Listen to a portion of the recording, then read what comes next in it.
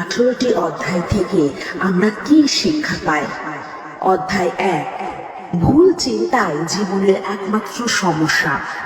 অধ্যায় 2, সঠিক জ্ঞানই সব সমস্যার চূড়ান্ত সমাধান। অধ্যায় 3, নির্বিশেষে নিজের কর্তব্য পালনই উন্নতি ও সমৃদ্ধির পথ। অধ্যায় 4, প্রত্যেক কাজই হতে পারে উপাসনার মাধ্যম। অধ্যায় 5, অহংকার ও স্বার্থবোধ ত্যাগ করে খোঁজো এক অসীম আনন্দ। অধ্যায় 6, প্রতিদিন সংযোগ করো উচ্চতর চেতনার সঙ্গে।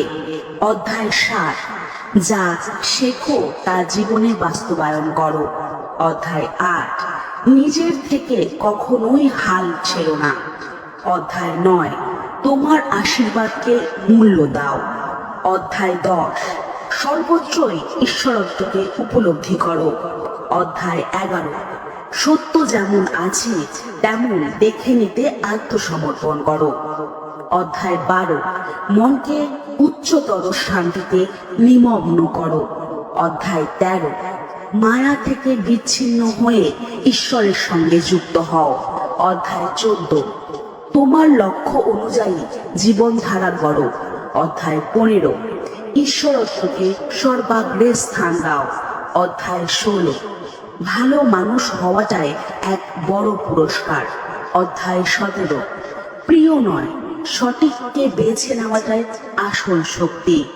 অধ্যায় 18, চলো এক হয়ে যায় ঈশ্বরের সঙ্গে। গীতার মহিমা পেতে 18 জনকে শেয়ার করুন শ্রীমদ্ ভগবত গীতার এই 18টি অধ্যায়। শ্রীকৃষ্ণকে ভালোবেসে থাকলে, আমাদের সনাতন ধর্মকে ভালোবেসে থাকলে অবশ্যই লাইক করুন, সাবস্ক্রাইব করুন।